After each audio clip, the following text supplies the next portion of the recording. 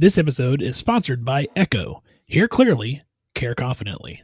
Learn more at echohealth.com. That's EKO health.com. And use code JSP for $50 off any stethoscope until December 31st.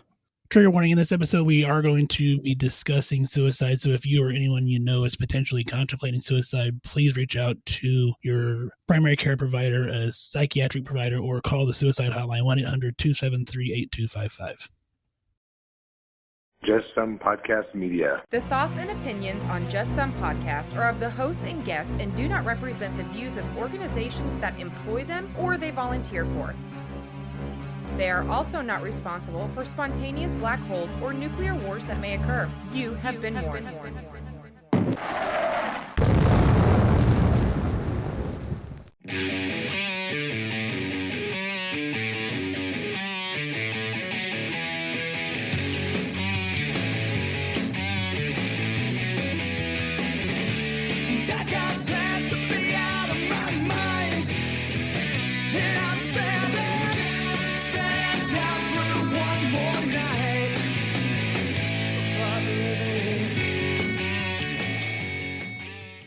Welcome, everybody, to another fun-filled and exciting episode of Just Some Podcast. This is Tom. Hey, this is Ben. Tom, how are you?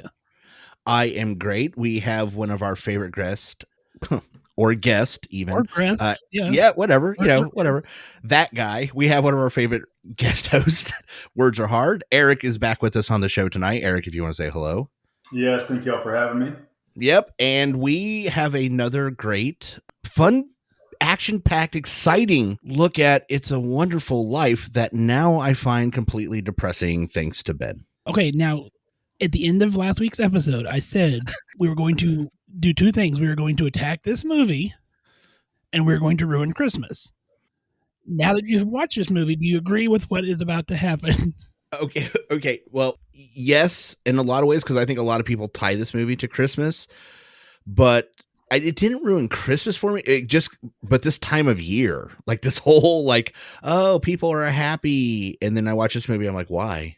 Why are we happy about anything? Terrible things happen to good people every day. And we just watch it. Like that's how I came away from this, Ben, because of you. Speaking of, the first thing that I want to, and my wife and I got into a heated discussion about this. And I want your guys' opinion on this as well. I agree with Audra. I don't like you.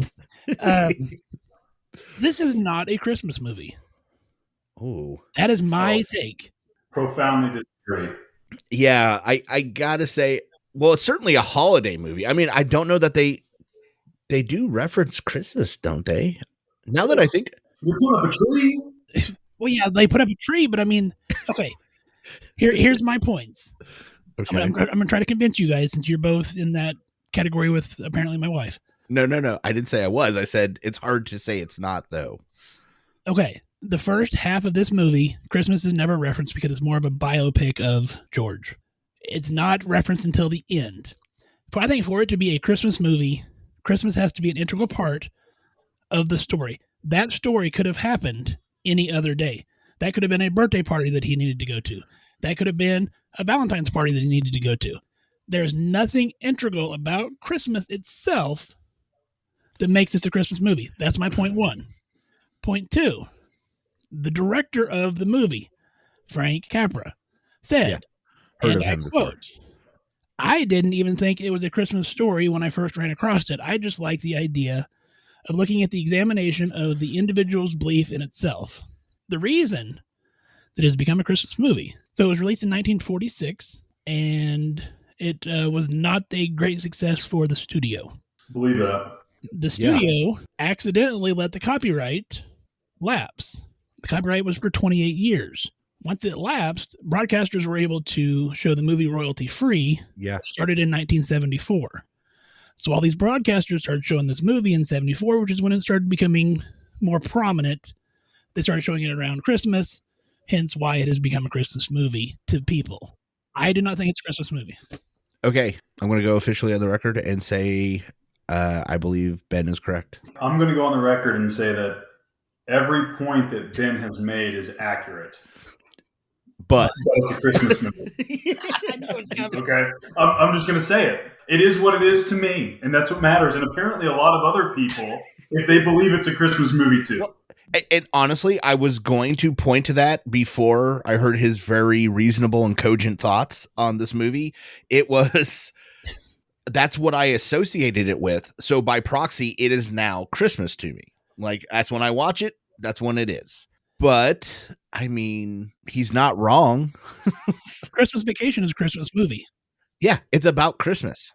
The whole movie is about, it's got Christmas in the title of the movie. That should almost be a requirement for a Christmas movie. Apparently it is on Hallmark, because I mean, like, they name every freaking movie on Hallmark something Christmas. So Christmas or Miracle, everything. You know, a Smoky Mountain Christmas, Christmas on the Broadway. I don't know. Yeah. Anyway. Well, I do want to say something about Christmas, though, that's not related to the movie, that I find extremely fascinating, and I want to throw it in, and you can edit it out later if you want. Do either of you know what's happening Christmas Day at 7:29 a.m. by any chance? The James Webb Space Telescope will be launching from French Guiana into outer space, going 1 million miles away to unlock the mysteries of the universe. That is a Christmas miracle. That's happening. That's cool. I did not know that. Just so you guys are all aware, there's a great 60 Minutes episode on it. There's lots of cool stuff on YouTube about it. But if any one of these moving parts coming back together, because that's what it has to do to fit in the spaceship, it has to be folded up. So now it has to unfold itself and reconfigure itself in outer space. There are no backups. One and done, huh? Wow. Yes. And it will be, like I said, 1 million miles away. There is no rescue. There is no backup plan. This is a 15-year project of love and billions of dollars. And I think it'll succeed. But it's one of those like, oh, boy, that's kind of... Think about that for just a minute. All the problems Hubble had. And we're shipping this bad boy out a lot further away. So I thought that was pretty cool. And I wanted to make sure everybody heard it. So, well, thank you for that. So Eric, how is, with maybe, because we've done some listeners over the time that since you've been on, because it's been a little bit since you've been on. So you are a Psych NP. So I'm sure that you're not busy at all with the pandemic and stuff going on. I mean, like, you're probably just sitting around playing tiddlywinks, right? Yeah. So, my role as a psychiatric nurse practitioner, incredibly slow. My role as an administrator, even slower now that we've got COVID revving back up. Yeah, nice and easy. If we're dropping out really cool stats, I do want to share one thing. A peer-reviewed website called Entertainment Weekly. Yeah. Yeah, I don't know if you guys have heard of that. Has listed the #1 Christmas movie of all time. It's a Wonderful Life. Just saying. With that type of data driving force behind Eric's reasoning, I mean, really, what is there left to talk about, Ben? I don't know. I think he's swaying me back in this Judge Judy-esque law argument he made. Yeah, 20 seconds of Google searching right there. So I know everything about it, right? Yeah. Well, I guess we'll just play the end music and we can just call this episode over then. I mean, it's a wrap. Hey, don't forget to hit the advertisers on our way out, guys. Oh, yeah. That stuff. I love that part. Yeah. So, yeah, Ben, we should probably do social media and stuff and talk about that. Yeah, probably. So you can find us, Facebook, Instagram, Twitter, YouTube, and Patreon, all at Just Some Podcast. Our website's www.justsomepodcast.com. Our email, jsp@justsomepodcast.com. Also, don't forget to check out our sister shows, Buried Pleasures with Polly and Amazing, Nurse Papa with David Metzger, and, of course, the new podcast that we're launching next month with Tom and I called We'll Continue to Monitor. Tom, if they want to help us out, what else could they do? They could go to our lovely website that's going to have all the information listed and talk about the things you just mentioned. They can scroll down to just about the bottom of the page. They'll find an Amazon affiliate link. Click on that before they do any of that last minute holiday shopping. Then you can add whatever you want to your cart. It helps out us. Doesn't cost you a thing. You won't even know we were there, and we would really appreciate it. Speaking of appreciating it, Tom, do you appreciate your 3M Littman Core digital stethoscope? I absolutely do. I am so thankful every day that I get to use that piece of equipment, and I brag about it every chance I get, about all the features it has and how much better it has made my ability to take care of my patients. I mean, for you, honestly, what do you feel like is the best feature of it? Well, first of all, mine started with the Cardiology 4, bell and diaphragm. So you're starting with really good equipment to start with. But I think the amplification by far has made my job so much easier. I'm not saying I wouldn't be able to use another stethoscope now, but it would be like using an iPhone 13 and then going back to like a rotary phone. Like you're like, like I could still use it, but like this isn't what I'm used to anymore. Like I said, I've heard things now in people and I was like, this doesn't sound right. It's too loud and clear. Like I think I was hearing something else. And so it is really fantastic. And I think anybody that uses a stethoscope daily should really look into this or think about buying one. I would agree with you wholeheartedly. I love the amplification, and I probably will not ever use another stethoscope if I can help it. If someone wants one, they can find that at echohealth.com. That's ekohealth.com. Use code JSP for $50 off any stethoscope until December 31st. All right. Well, Tom, are you ready to jump into this non-Christmas movie, but a Christmas edition of our show for It's a Wonderful Life? Number one word. I'm going to be the Switzerland in this argument. I'm just going to refer to it as the non-Christmas Christmas movie and go from there. But yes, I am Ben. Eric. Let's do it. So like I talked to you guys about beforehand, I kind of want to do this in two parts. The first part I want to talk about what this movie is, and then the second half of our episode we'll kind of speculate on some things of what the movie could have been or maybe, I don't know. So with that being said, and the reason we have Eric on is because this movie is depressing as hell. Thank you. There's quite a bit of what when you step back and watch it after we talk about it, because that's what Ben did to Eric and I. When you think about it in the ways that we're going to describe it, you start going, wow, this is really not a fun movie to watch anymore. I'm kind of sad now. And that's how you'll sit there. Yeah. So my first concern about the movie, Ben, wonderful pick, 2 hours and 10 minutes. Yeah. Some light reading. Yeah. Come on. All right. Number two is I was going to watch it in two parts, and thank God I didn't. Because if I would have stopped before the end of the movie, I probably wouldn't have gone to work today. Like I would have been in rough shape. Yeah, I'm telling you, I mean, so I had never, prior to this episode, full disclosure, like I knew bits and pieces of the movie. I knew the lines, you know, the famous lines that you hear from the movie. I don't know that I'd ever sit down and actually watched it from beginning to end before. And when I did, I was like, I mean, I really did. I got done. I'm like, wow, that was just, I mean, you feel so bad for the guy all the way through the movie. Like all the guy wanted was to get out of town. Like that was his sole goal in life. And he never accomplished it. I want to actually hear something else. So there is a colorized version of It's a Wonderful Life. And I will be 100% honest. So I watched it colorized because I never had before. I have watched it beginning to end. And obviously always watched it the traditional black and white. When I watched it in color, it didn't seem as gloomy, legitimate. Like I was like, it didn't quite seem as bad. So tonight, just as like, I don't know, a refresher, I was just like, I put it on while I was doing some stuff, but the original version. And I turned around and I was like, oh my God. Like, it feels like I'm in a dark alley now. And I don't know. I know that sounds dumb. And I was going to ask Eric, color. When people associate stuff like that, is there some science or anything behind people that associate, or is black and white known to make you feel worse? And if you don't know, that's okay. But I really felt that way. Man, I don't know that answer, but I'm not shocked by the fact that you feel that way. I haven't watched it in color, and I'll tell you, man, there were parts of it that was rough. I think for people who don't understand or who haven't actually watched this movie, it's about a guy named George Bailey, and it basically starts where a bunch of kids are having fun, and one of them almost drowns. Yeah, his brother. Yes. And then he has to sacrifice himself to get to his brother. Yeah, and so he saves his brother, and in turn gets a lifetime disability, loses hearing, and then fast forward to him working in a pharmacy where the pharmacist makes an error.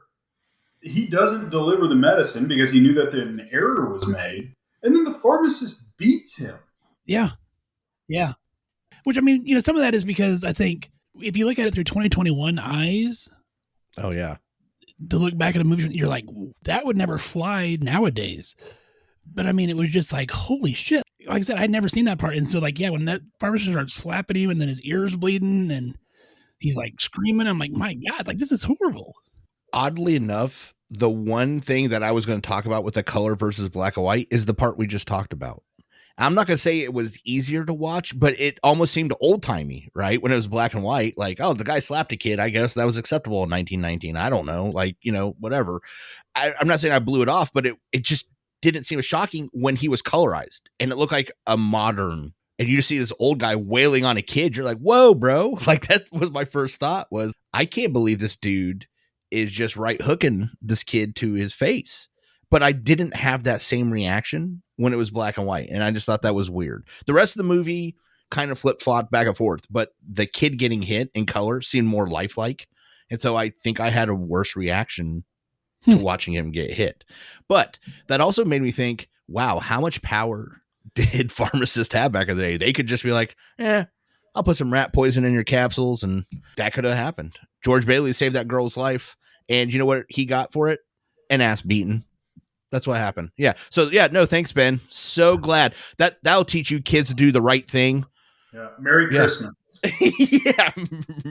Merry Christmas, Pop. Now, to be fair, yes, he, you know, did get his ass beating, but I mean, the pharmacist did realize his mistake. And then 40 years later. Cool. Yeah. As it plays out, I mean, you know, the pharmacist goes out of his way to do good things for George because he did save his career. So don't just be all like doom and gloom, Tom. Okay, well, it's hard not to, but that's where you start to see he saved his brother's life. He took an ass beating to save another person's life. Like, man, this is such a great guy. So what good things is life going to give him next, Ben?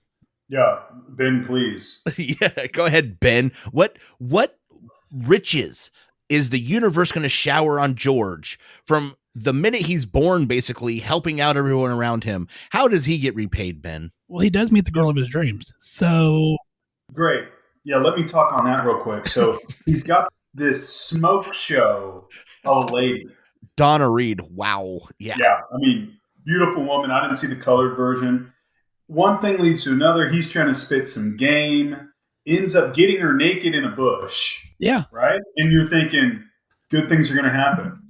And then they don't. Unbeknownst to the audience, a car pulls up and says, hey, dude, your dad had a stroke. You need to get in. Yeah. With naked girl in the bush. Yeah. He was that close. And man. And then he's trying to help out his father's company and gets sucked into staying in town. All he wanted to do was leave, see the world, and come back and get educated and all of those wonderful things. So he stays at the company to help keep it together and then uses his money he was going to have for college to put his brother through college. Yeah. And then this Great Depression happens. Yeah. And the Great Depression. That's how big a depression it was, Ben. They had to put an adjective. They put a superlative on it and said it was the Great Depression. That's how big it was. They had it just as the Depression, but I mean, it just didn't sound as good. So you had to. Yeah, that's the original hype man didn't think it was going to be big enough. Actually, now that Eric said that was one thing I wanted to point out with the movie is he's getting ready to go off to college. Yay, everything's going to be great. Dude, it's Jimmy Stewart. He's like 47. Like, I had real trouble believing George Bailey just graduated high school. I'm like, that guy has a limp. Okay, like he has arthritis in his left knee. That guy is not going to college. I don't know what's going on. So I thought that was a casting error. But other than that, hard life. Yeah, well, you're right. What was I thinking? 19 years old in 1940s. He's got no hearing out of his ear. He gets his ass beat, and yeah, every time he meets a chick, somebody in his family has a stroke. You're right. That guy would look 47 with a limp. That is 100% accurate now that I think about it. Thank you, Eric. So yes, he does get married to the girl that was naked in the bush, and but then he has to give away all his money. They're getting ready to go on their honeymoon. Yeah, they're going to travel the world, and then that's when the Great Depression happens, and his building and loan business is about to be shut down, and uses his own money to help out the town. Help out the townspeople. Except for that one guy. Yeah, what a dick. The first guy, the $242 guy. You know what? let me talk about this for a second, because I can understand, hey, $242 back then was probably like what, $5,000? Like, I mean, that's a substantial amount of money. Yeah. This guy's worried. He wants to feed his family. And I can actually understand to a point him saying, I want my money, until he saw every other person go, look, I only need $20. And if we stay in this together, we'll get by. And he chose to be an asshole and demand is $242. Yeah. And for the audience, why that really matters is because the banking company that he operated was basically for people who were living in poverty and couldn't otherwise qualify for funding. And so there's this rich, evil dude, Mr. Potter, who is like just your classic big corporation kind of guy in 2021, who is wanting people to continue to rent from him so they can never climb out of poverty. And basically, our boy George says no. Like, screw you, dude. I'm going to help these people buy and own their homes, even though they're high risk. Man, just incredible. He says that to them. He said, you will never, another nice home will never be built in Bedford Falls if Potter owns this building. He says that to them. He lets them in on the secret. Like, hey, we can fight this together and we can continue to do all the great things we're doing if we just stick together, if we don't let fear beat us. But again, human greed rears its ugly head. Thanks again, Ben. Yeah. Merry Christmas, Ben. Merry Christmas, Ben. Great, Ben. He's now got $2 to his name, Ben. But the beauty of it, they were so damn proud of those $2, they went and put it in the safe. Because they took care of the people that needed taken care of. Yeah, well, that's all they had to hold on to, literally. Both emotionally and physically were those $2. Because life was just kicking the shit out of him, Ben. Thanks. You're welcome. So then he has multiple chances to kind of get rich. A couple of different friends of his that want to get him in on the ground floor, some different things. And again, timing being what it is for George, just never pans out. And yeah, I mean, I think there's definitely some hints of alcoholism in the movie as well. I mean, and I think you start to see the beginnings of, not that he wasn't depressed before this, but you start to see the outward signs right around in here. Isn't this when he finds out his brother wins the Medal of Honor? Yeah. Yeah. The war he couldn't fight in, which shamed him because he had the injury from saving a person's life. So something he should be proud of is now causing him internal pain. All his buddies, they even show little flashes of them at war, saving people's lives, doing all these heroic things. So now he's got to listen to all his buddies who went and served together and did all these great things. Now he had to be the guy that stayed home. And then his little brother wins the Medal of Honor.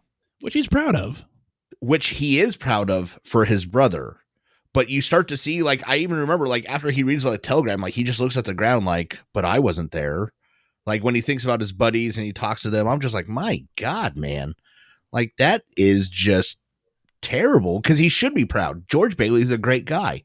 But yet, all he sees is all the terrible things around him. And one thing to note, too, and I'm lost in the timeline, but a piece of this was when George Bailey sent his brother to college, he was going to wait 4 years, let his brother finish school, and his brother was going to come back and take over the business so he could go travel. Yeah. Brother comes back with his wife. He's got a job lined up where his wife's from. And so once again, George put someone else in front of himself. Yeah, I forgot about that. Yeah. To allow him to live up to their dream.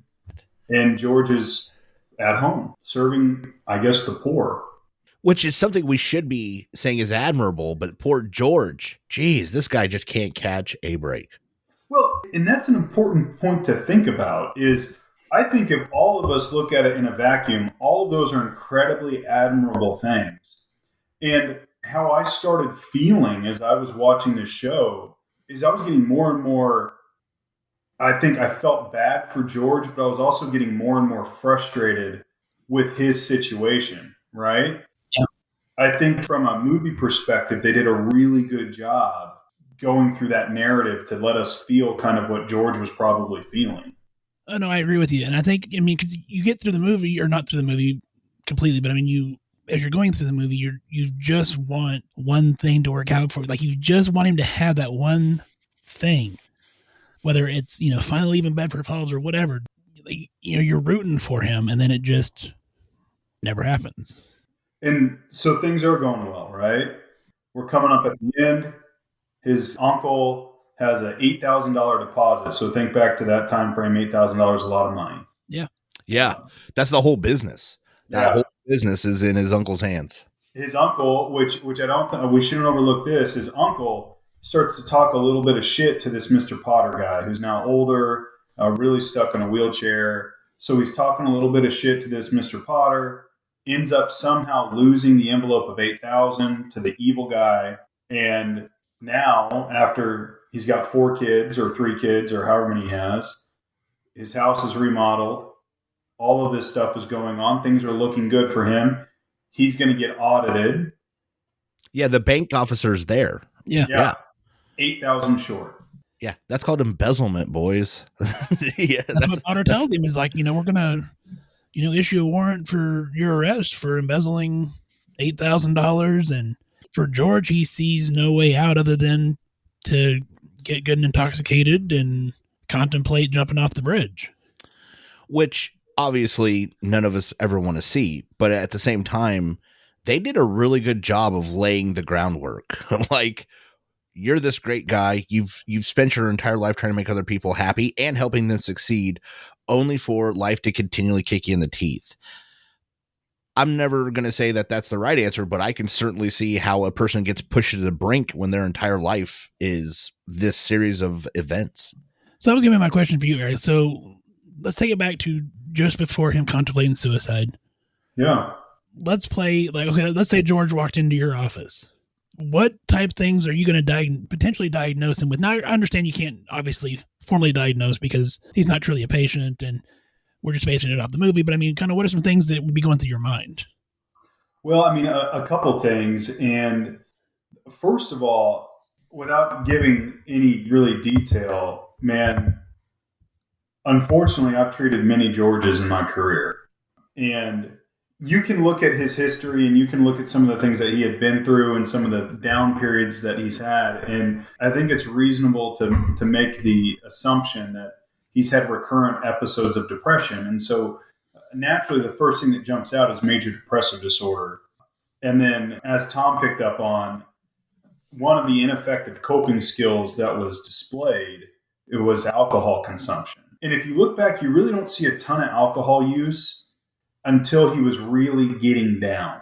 That's a good point. I never thought about that until you just said it. I was like, oh, that is right. You don't ever see a bottle in his hand till then, because even then, the only time he had touched alcohol that I can remember is when they spiked the punch at the dance, so like he never really did anything with it. So yeah, I'm assuming you're saying alcohol is bad in this case. Yeah. So the rule of thumb when it comes to legal substances that are mind altering, used to feel even better, not better, right? Don't get in the habit of drinking because you're down. Don't get in the habit of smoking because you can't sleep or smoking because you're anxious. If you're going to choose to interact with those things, do so from a point of, I'm good. I'm just looking to feel a little bit better and understand the potential risks of doing that. Now, would you consider potentially like a PTSD from like either his brother trying to die and him saving his life? Or, I mean, do you think there was enough traumatic events in his life that could potentially trigger a diagnosis like that? Well, sure. But, you always have to remember, and we've talked about this in a previous podcast, I think, because one thing's traumatic for me does not necessarily mean it's traumatic for him. So what we don't see is we don't see reliving experiences. We really don't see any emotional reactivity until things are really falling apart and he's really depressed. And we don't see avoidance behaviors, like he doesn't purposely avoid things because of the hard stuff that he's been through. So I think, absolutely he's had trauma exposure, but I don't think they showed enough symptoms to say, yeah, man, I think he's got PTSD. But what would be interesting is if this film was created in 2020, where we know so much more about PTSD and we know the implications of that, that may not have been something that they would even consider. Yeah, I was going to say, I think it's interesting because the point of view that you just pointed out, something that's traumatic to me is not so much going to be traumatic to Eric. So in that case, let's look at the whole context of the movie. I mean, at the time when the kids, fell through the ice, that's the 1920s. No offense, child death rates were astronomically high compared to what they are now. And honestly, maybe a kid falling through the ice, not that it wouldn't be traumatic to George or his parents, but in the greater context of society, they're like, hey, we still have no child labor laws at this point in America. Maybe that wasn't meant to be as traumatic. It was just supposed to be, that's how George got injured, but to us in 2021, a kid falling through the ice is like all stops are pulled. There is no mile we won't reach. But in 1919, they just got through World War I and stuff. They're like, yeah, stuff happens. Like, realistically, reading books from that time era, again, people were harder. Like, life was harder. So again, I think that point of view of maybe it wasn't as traumatic to George is something inherently true. The movie got that part right. Look at Tom with an epiphany. I'm impressed. Oh, yeah. I won't let it happen again. I'm sorry. I feel like I bring out the best in Tom. I'm Apparently so. Wow. Yes. Does anybody know what a hypotenuse is? Suddenly I had that word in my mind. I don't know. So as he's on the bridge contemplating jumping into the water, when we finally get to meet Clarence, we heard voiceovers from him throughout the beginning of the movie, or throughout the movie, as they're kind of reliving his life and he's getting educated on the person that he's supposed to be saving. But that's the opportunity where we get to meet him. And then he gets to the idea when George is, saying that he wishes he'd never been born and everybody would be better off without him. Gets the idea, well, let's show him what your life is like without you there. And I think, go ahead. Let me hop in because there was a profound thing that happened, right? We talk about this guy over and over again who puts others in front of himself. So how does the angel, Clarence, save him? By putting himself in danger, so George has to save him. Absolutely. The angel, for people who haven't seen it, jumps into the river. So then George is like, holy shit, I got to save this guy. So he jumps into the river and saves him. And Clarence literally says that. Yes. When they're like, why did you jump in the river? He goes, to save you. I knew you'd save me. And so I was like, holy crap. Way to go, Clarence, and your bed sheet for underwear. So... but it is a valid point. I had not thought about that, but yeah. I can see the walls cracking, Eric. No, I didn't say that. He's getting ready to come down. No. Now, okay, here's my take on when they begin to show him what life would be like if he was never born, or if he never existed, or whatever the case may be. Which I think, because of this movie, has become kind of a cliche thing that movies... I think you've seen other movies do this, and I think it's because of this. Absolutely. So I'm not saying it doesn't have a place in history. It's just not a Christmas movie. But number one. That's not peer reviewed. Did anybody else, and maybe this is the wrong take on this, and I'll take the fire for it. That's fine. Did the town not look a little better off without George? Yes, it was Pottersville, so it wasn't New Bedford.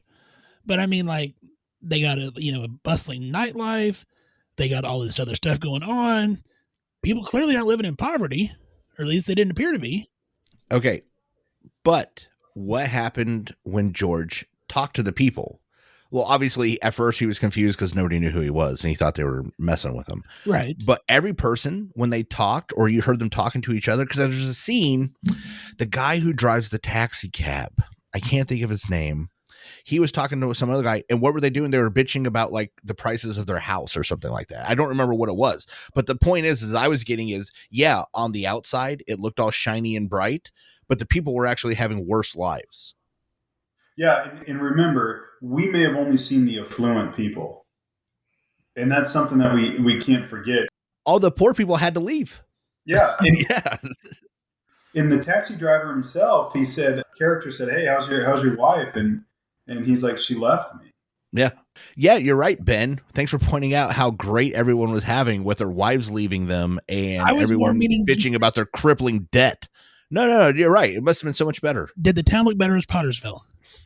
Yeah, hell yeah, it did. Getting fired up. But here's what I want to point out, and I don't think, and I think this was done on purpose.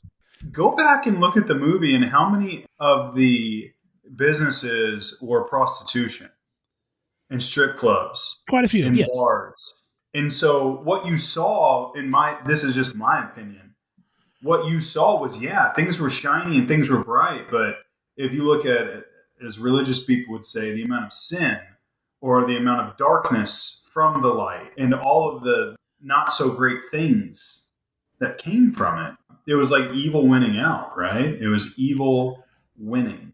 Fair point. Now that you say how many strip clubs were there, I don't know. I'm getting inclined to agree with Ben's original assertion that Pottersville is actually way cooler than Bedford Falls. Fired up. Hold on.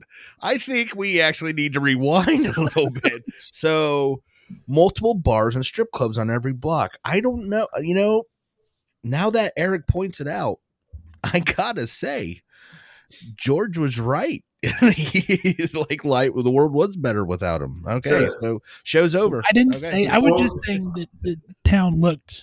But Eric makes a valid point, so I'll give you that.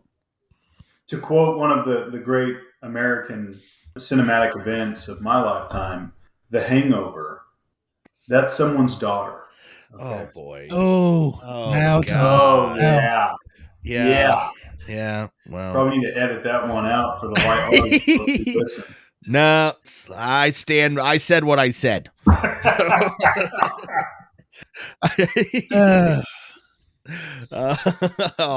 But wow, that was the low shot though, Eric. Touche, sir. There you go.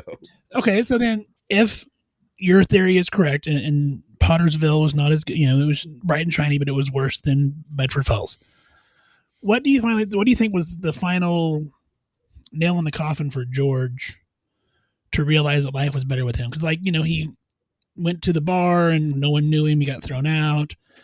Went and talked to his mom. Went and tried to talk to what would have been his wife. So, at what point do you really think that he went, okay, maybe life is better with me? For me, and where I had probably my most countertransference, or I empathize with him the most, is when he was looking for his kids. Right? He's running around, he's screaming for his kids in that house that wasn't built, and he's like, "Holy shit!" Well, go on. Yeah, and that's just where it kind of really sunk in for me, because your kids. It's just a different type of feeling. It's a different type of love. Yeah, I agree. I actually took it a little different. I did take it. He certainly saw Martinis, where it was now Nick's or whatever it was called. Not that he had anything against Nick. Obviously he didn't. He liked Nick. He was actually imploring him like, Nick, you're my buddy, talking to him. But he realized Martini and them don't exist anymore because he wasn't there. And Clarence points that out. But I think that's really, to me, like 30%. I think it was 70% him realizing how much he loved his life. Not so much. He did see how much he did for other people.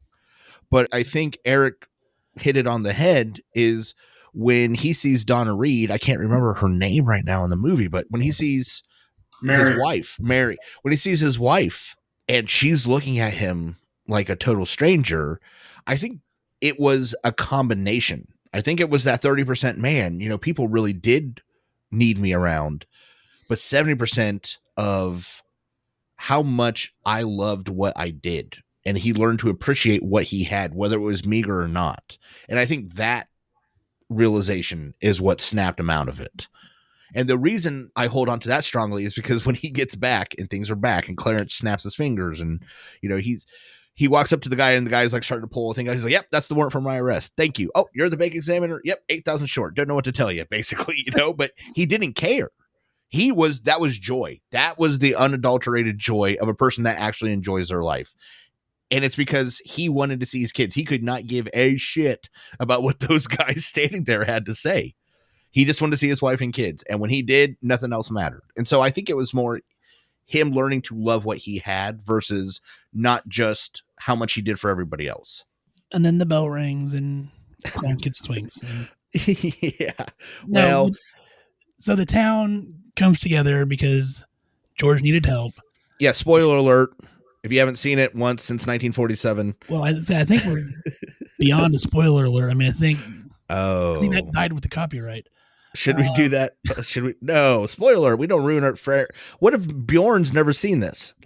This may not be a hit in Norway. Okay, so maybe we should put out a new. The town comes together to help George, And so they pull all their money together to help him out. And Yeah, $242 guy shows up. it's apparently Sure. a Christmas miracle. And that's what makes it a Christmas movie, I guess. Or because there's a bell on the tree that rings. And so now The bell on the undecorated tree. that we now get our wings. So I just want to point out just a couple of things. I want to run this down from my perception. You've got a guy who has done everything right for the most part, like any regular human, done everything right, thought of others, put others in front of themselves constantly. And one thing we left out earlier is the whole reason why he was contemplating suicide is because he was sitting with Mr. Potter begging for money. Mr. Potter told him no, said, "I'm going to turn you into the police." And he said, "What do you have of value?" And he said, "I have a $15,000 life insurance policy."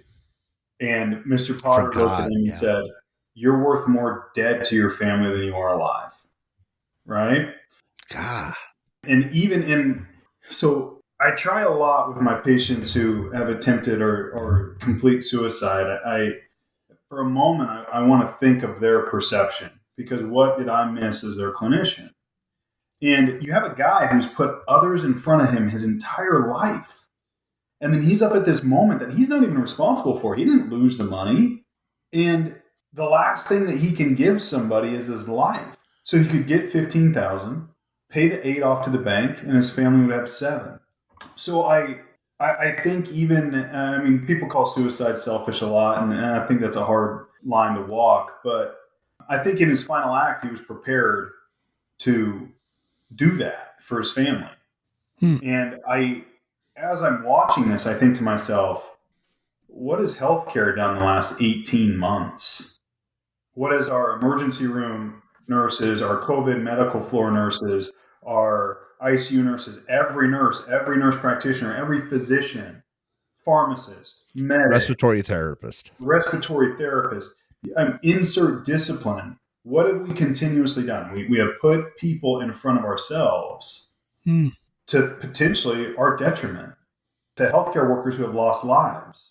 And I think that's kind of where my mind went throughout this. And so what are we seeing in healthcare now?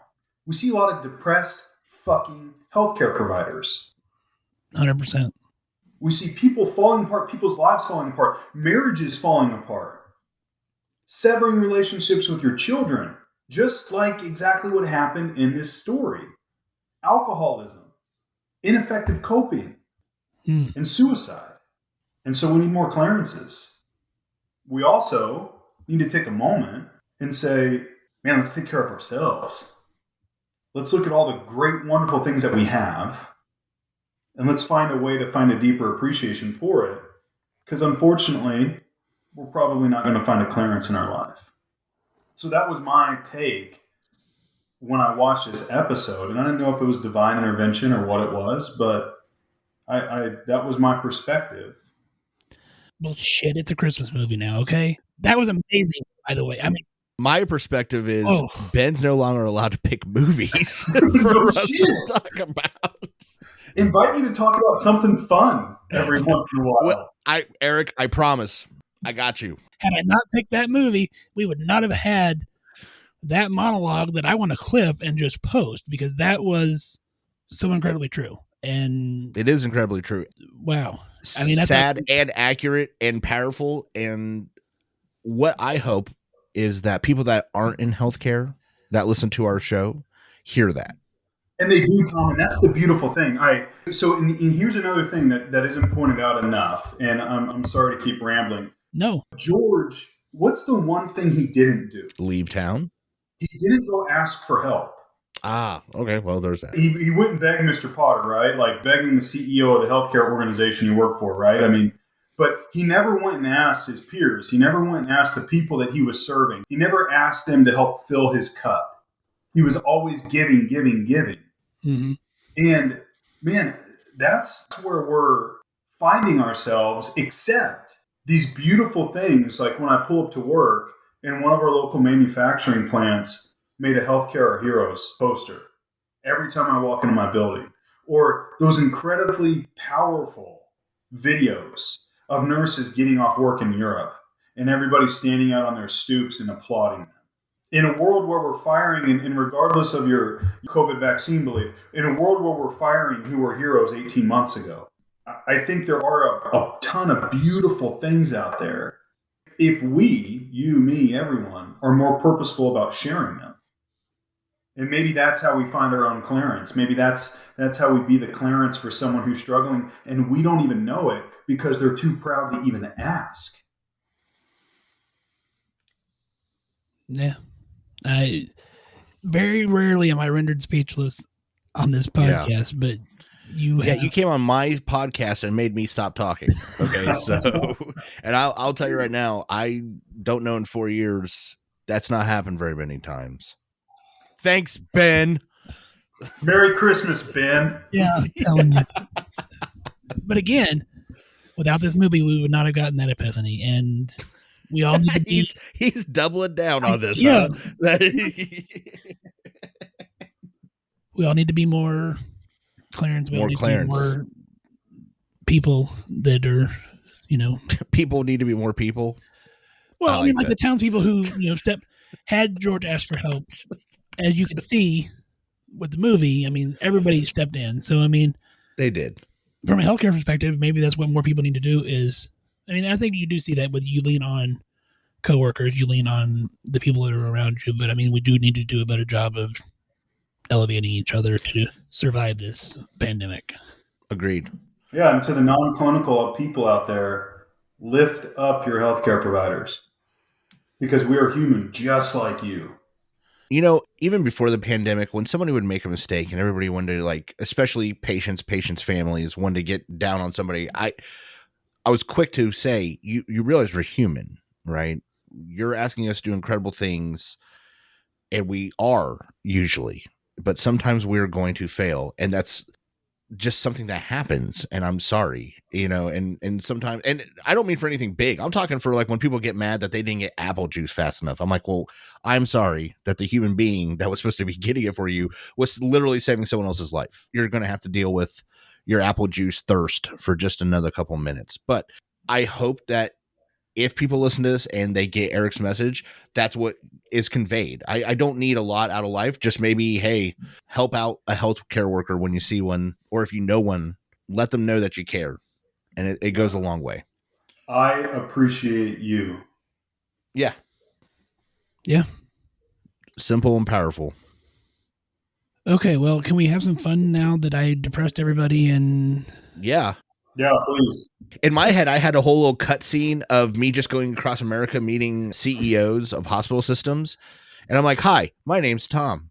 I need you to start fixing things. And if they're like, well, I'm like, well, that's what my boy Eric's here for. And then Eric just walks up and slugs them in their face. And I'm like, see? There you go. It's got to be off that show. Gosh darn it. Basically, where Ashton Kutcher and some chick gets married. And the last scene is this woman's crouching on her knee. And the dude behind her knocks on the door, and right when the door's open, it's a jump punch.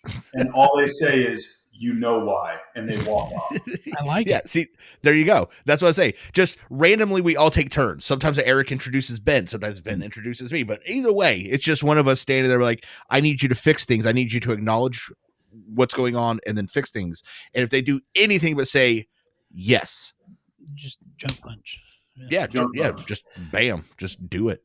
So while we have been able to look at this movie for what it is, and apparently it is a Christmas movie, I'll admit that now because Eric made me feel bad. Greatest Christmas movie. Number one, according to Entertainment Weekly. Not as most. Bingo. Let's play in the mental health realm for a minute. Yeah. What if George is schizophrenic? Yeah. What if none of this happened? What if this is a hallucination? I could see is watching this movie, all it's missing is the M. Night Shyamalan, I see dead people reveal at the end where it just cuts to George and he's in a mental hospital. Yeah. Or cuts to George and he's still in the pond. Yeah. Yeah. Oh God, look at Eric. Christ, we could write a movie with this guy. But okay, Eric. So legitimate. Okay, let's say it's not schizophrenia. What would you say? What type of condition would do something like that? Well, so first off, it's important for people to know that that there's major depressive disorder with psychotic features. And the etiology behind that is the fact that someone's so profoundly depressed that their neurotransmitter dysfunction is so profound, it's led to psychosis. Typically, it manifests within the context of delusional ideas. But yeah, one thing, he doesn't meet criteria for schizophrenia because it's not a progressive, insidious onset, right? It happens pretty quickly. But one thing within the realm of possibility is the idea that this is a delusional disorder. And how you differentiate delusional disorders versus schizophrenia is one, negative symptoms, right? So he was still appeared okay. He was taking care of himself, socially engaged. Cognitively, he was still intelligent. But his hallucinations were within the context of his delusion. So therefore, it would not be hallucinations plus delusions equals schizophrenia. It would be delusions with associated hallucinations equals delusional disorder. And would alcohol make that worse? Absolutely, it could. Absolutely, it could. I got a 2-part question then. What typically, if anything, is there any sort of specific trauma or anything that usually fractures a person's psyche for them to start developing these types of disorders? And then on top of that, let's say somebody is confirmed to have that. How do you start treatment for it? Well, yeah. So any trauma has the potential to exacerbate these symptoms. A lot of this stuff, though, is age dependent. So with schizophrenia, and you guys could have me on to talk about schizophrenia one day, because I'm not going to do it justice now. But with schizophrenia, there are layers of the illness. So premorbid, prodromal, acute, and then residual. That's all lives in schizophrenia. You don't diagnose it until they're acutely sick. So that's one of the things that how you can differentiate it out. Any really trauma, brain anatomy, genetics, all of those things can contribute. Poisons. I mean, the guy's back in the 1940s. Who knows what he was exposed to? Poisons are a way to induce this, heavy metal, toxins. And then how do you treat it? The really crappy part is delusional disorder typically doesn't respond to antipsychotics. And so that's one of its clinical features. Like if you're thinking, hey, this is schizophrenia and you're treating them and they don't have negative symptoms and they're not responding to an antipsychotic, wrong diagnosis. And so you have to revisit, reevaluate. Therapy, challenging the delusion is how people typically get better. But man, it is a very poor outcome, Prognostically, the rates are very low. So basically, no matter what, George is up shit creek without a paddle. Bingo. Okay. To be this far along to believe that you're diving into a river to save someone within the context of a delusional disorder, that's a problem. Could the trauma of the pharmacist beating his ass? Because, I mean... Just the way you said that. Sorry. I was like, that's not funny. But just the way he said it, I just couldn't stop. My first thought is, so he has blood come out of his ear, which, I mean, as we all know with ER, that's a problem. Yeah. Like, you see blood out of an ear. That's a problem. Could it just be something as simple as a ruptured TM? Certainly. Could it be a brain bleed? I mean, is there CSF in that? I mean, you don't know from this. Do you think something like that could have potentially caused problems down the road? Well, absolutely. And also don't forget that this is the same pharmacist that was getting ready to poison another child. Maybe he's a serial. Who's to say he's not? And you look at toxins in neurodevelopment. I was going to say, lead-based paint everywhere. Yeah. On your cooking, like plates were made with lead-based paints. Asbestos, hey, that stuff's really helpful. Yeah. I put it in my oven mitts. Yeah. So... poisons, especially when people bitch about like the FDA and OSHA, I'm like, yeah, well, be happy you don't have lead-based paints and asbestos all around you 24 hours a day. I can see a lot of this, seeping into him over time. Yeah, you have a recipe for disaster. Well, yeah, and long-term exposure to copper and other metals can contribute to the onset of psychosis. And the thing of it is, heavy metal psychosis and brain injury psychosis would not be insidious like schizophrenia. Schizophrenia is a diagnosis once all the other stuff's been ruled out, right? And so all of that could be, if this was a psychotic disorder, all of that could be reasonable precipitant factors. So theoretically, you could do like a metal chelation therapy and see if he improves. Well, I mean, you would surmise that the damage has been done. Okay. Right, over his developmental period of time. So let's say it is a metal. There's no coming back. You're going to do what you can through therapy, but there's not really. And you would think, I mean, at least I would, and I don't know any literature out there, so if there's any psych experts that disagree with me, you're probably right. I would assume that antipsychotics would manage some of these symptoms if it was heavy metal based, at least some of the irritability and the aggression. I had a thought just now with the whole delusion aspect of it. If you take it back to the point where he's standing on the bridge, which is where he sees Clarence for the first time, what if, because of the way that George is, as far as puts every people before himself, he doesn't have the balls, so to speak, to jump off the bridge himself. So in that delusion, He creates Clarence. he creates Clarence to have a reason to jump into the water. So Clarence is an invisible buddy. Yeah. When you look at trauma-related illness, as you were talking about earlier, Ben, depersonalization, derealization, those are subcategories of trauma. And I mean, it'd be a stretch, but I mean, that's applicable. And also, too, things you have to remember is periods of stress increase dopamine. And so that's why a lot of our young people who are having psychotic episodes, it's happening, end of high school, early college, because the academic rigor is so high.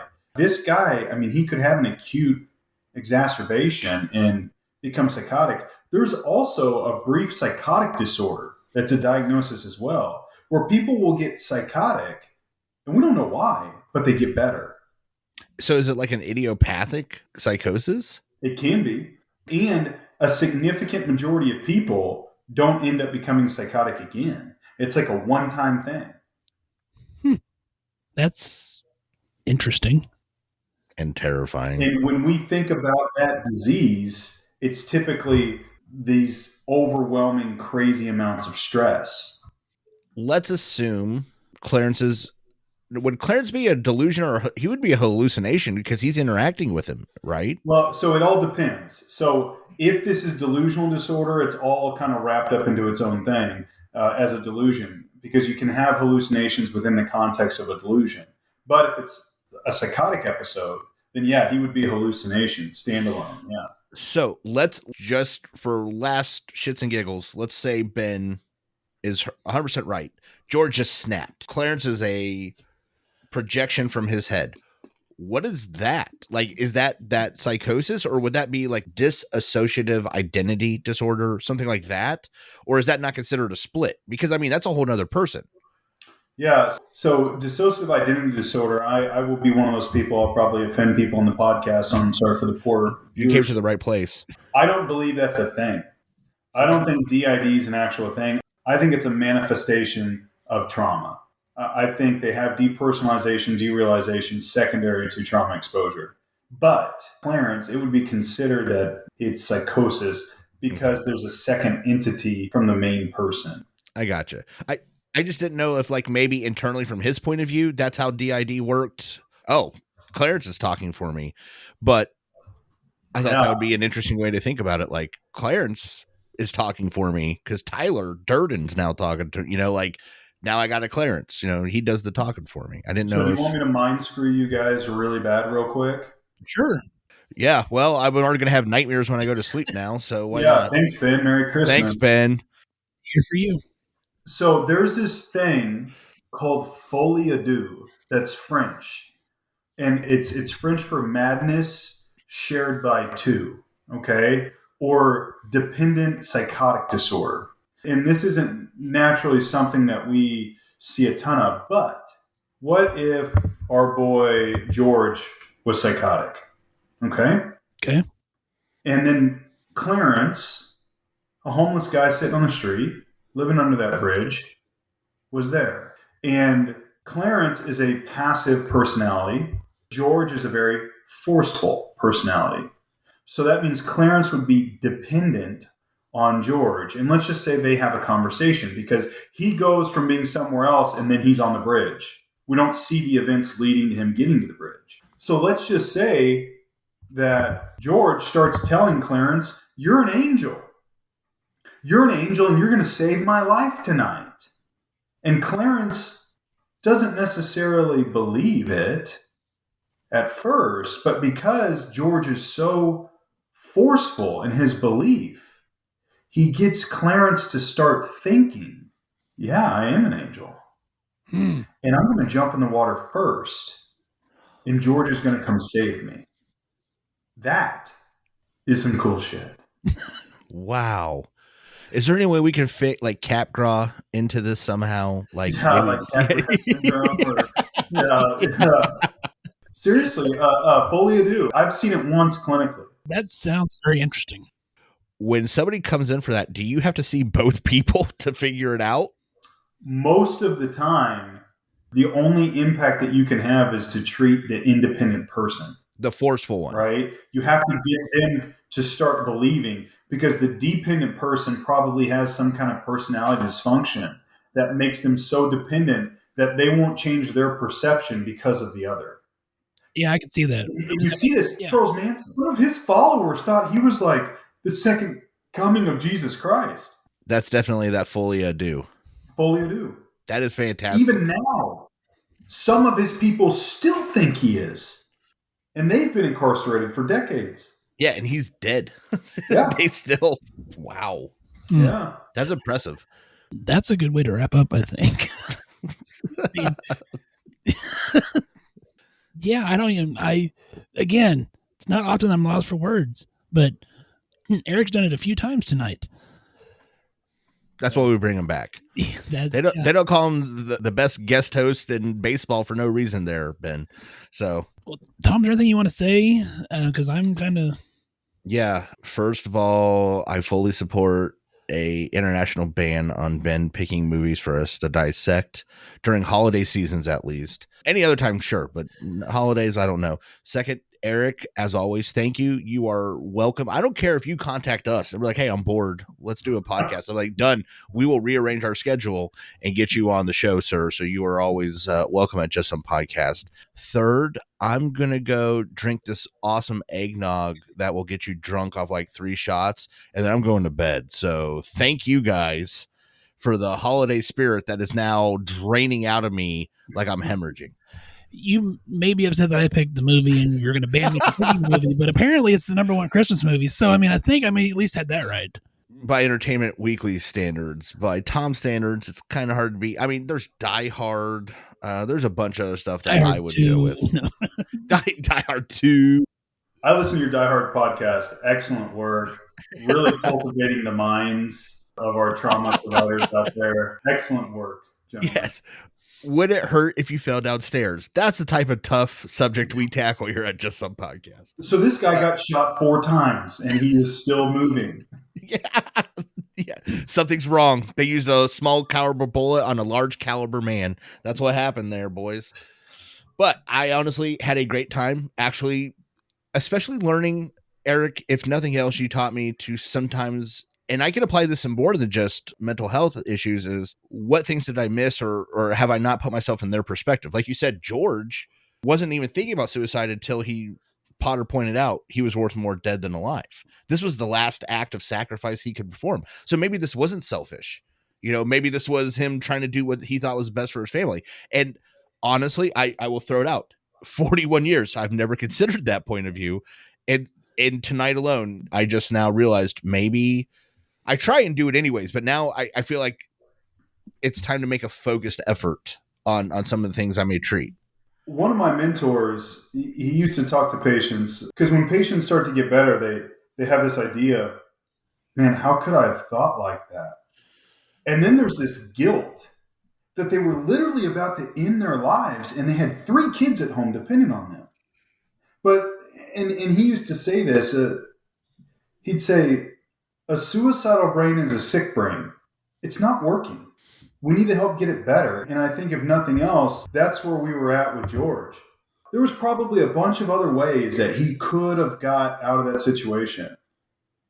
But his brain was sick. It only saw what was right in front of him. And he was going to make a permanent decision for a temporary problem. So then he forced Clarence into slavery. Yeah, we heard you. So poor Clarence. Where'd he end up? Nobody knows where he went. We assume because of bell rings, he got wings. he's got wings, yeah. Or George threw him off a bridge into a river with some cement blocks this time. Who knows? Maybe Clarence saw too much. Maybe he didn't like that bedsheet underwear he was wearing under his clothes. Who knows? Okay, that's enough. Enough, Tom. Hashtag where is Clarence? Yeah, hashtag. Let's get it going globally, kids. Let's go. Hashtag what happened to Clarence? That'll be the first episode of We'll Continue. Yeah, first episode of We'll Continue to Monitor. It's not going to be the search for Clarence. On that note, this should be coming out right around Christmas, if not Christmas Day. So if you're out there, love on your family and take care of each other. As Eric said, be a Clarence, and we all need to try to do better about that. So have a great week. Eric, any last words? No, thank you all so much, as always, for having me on the show. All right. And everybody, please stay safe out there. Practice swearing just to pass the time. Lately I see why I am alone. I caught some road rage and I thought of you. And all the many times you say I should have known.